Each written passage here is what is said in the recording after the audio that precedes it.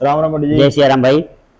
पंडित जी, जो मनुष्य या आदमी मर जाता है तो उसकी पत्नी क्या करे, जो उसके मरा हुआ पति के लिए कल्याण हो या उसकी पत्नी के लिए भी कल्याण हो, उसका उपाय बताइए। ये बहुत अच्छा प्रश्न किया। 10वें अध्याय में गरुड़ जी भगवान विष्णु से पूछते हैं, देहदा विधानस्य विश्व स्वीकृत निहिमो सती यदा विभवेत पत्नी तस्यास महिमाम अंध। श्री भगवान वाच ऋणुतार्च प्रोच्छामि श्रवणमेव अधैर एकरम यत्कृत्वा पुत्र पौत्रास्य मुच्यते पैतृकनार्ते। गरुड़ जी बोले कि अब पुण्यात्मा का अग्नि संस्कार और उसकी पत्नी की सती होने का विधान बताता हूं।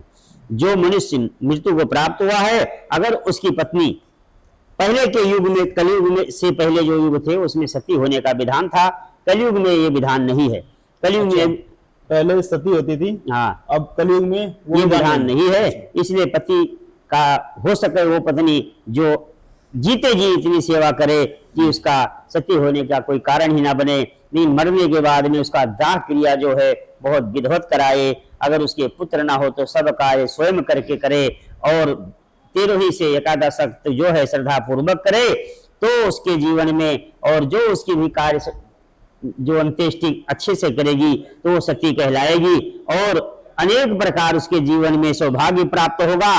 और पुत्र अगर है उसके तो ये सब कार्य पुत्र करे, और पुत्र 10 गात और अग्निदाह के समय मुंडन भी करावे और सपिंडी दान करे, ये सब कार्य करे तो उसके जीवन में सफलता मिलती है और वो स्वर्गलोक को प्राप्ति होता है। और उसके नाम से कुआं, नदी आदि जल या शरबत का भंडारा लगवावे। अनेक प्रकार से उसके जीवन में जो भी हो सके, बेटा और उसकी पत्नी सिर्फ कल्याण के लिए धर्म कार्य करें तो उस मृत आत्मा जो पुण्य आत्मा है उसको भगवान के शरण में जाके जगह मिलेगी और उसको स्वर्ग में जाके अनेक प्रकार से पदवी मिलती हुई अनंत काल तक जीव वहां निवास करेगा।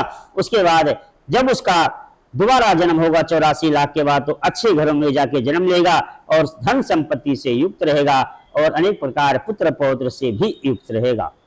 जय सिया राम।